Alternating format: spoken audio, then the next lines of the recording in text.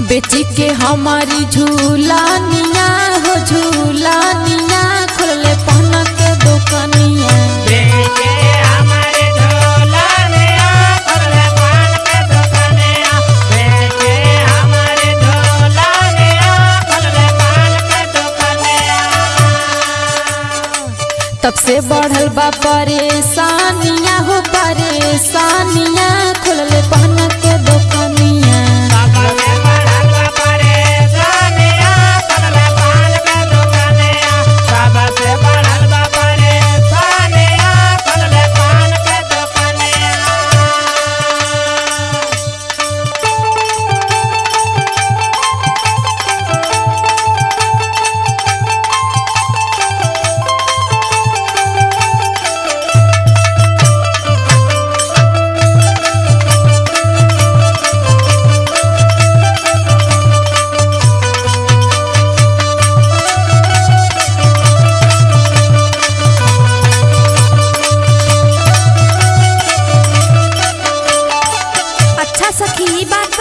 हाँ हो और सुनावा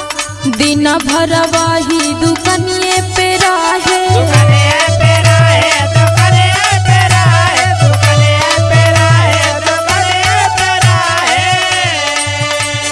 डर लगे लगा जा सुती नहीं खाए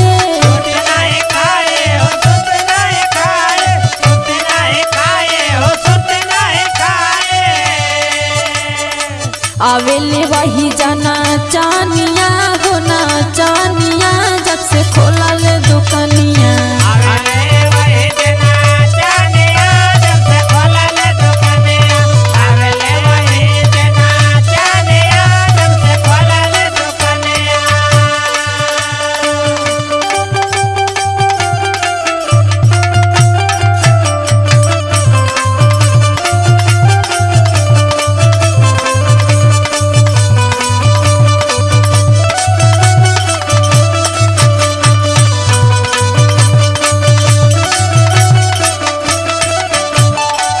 खोले बाटल लेकिन पैसा को ना देले हो। अच्छा हाँ सुना बोला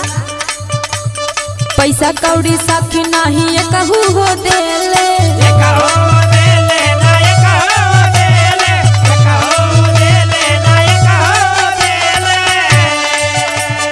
ना जाने कहवा जमाऊ करेले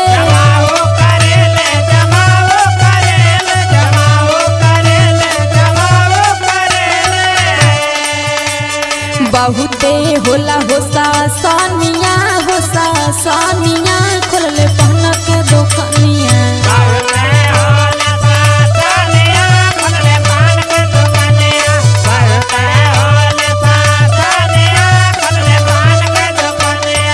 बेची के हमारी झूलानिया हो झूलानिया